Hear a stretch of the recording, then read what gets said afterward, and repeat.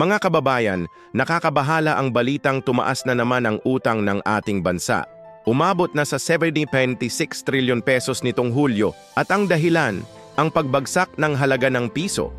Bilang dating taga-suporta ni Pangulong Duterte, hindi ko maiwasang ikumpara ang kasalukuyang sitwasyon. Hindi sapat ang simpleng pangungutang, hindi sapat ang teknikal na paliwanag.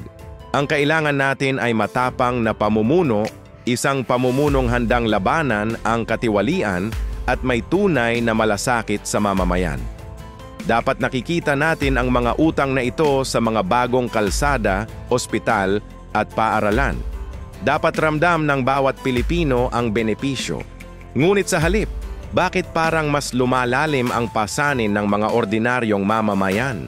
Panahon na para manghingi tayo ng mas malinaw na plano at mas mahusay na pamamahala. Hindi pwedeng utang lang ng utang habang ang mga Pilipino ang nagdurusa. Salamat sa inyong pakikinig. Kung sang-ayon kayo, i-like at i-share ang video na ito. Magkita-kita tayo sa susunod.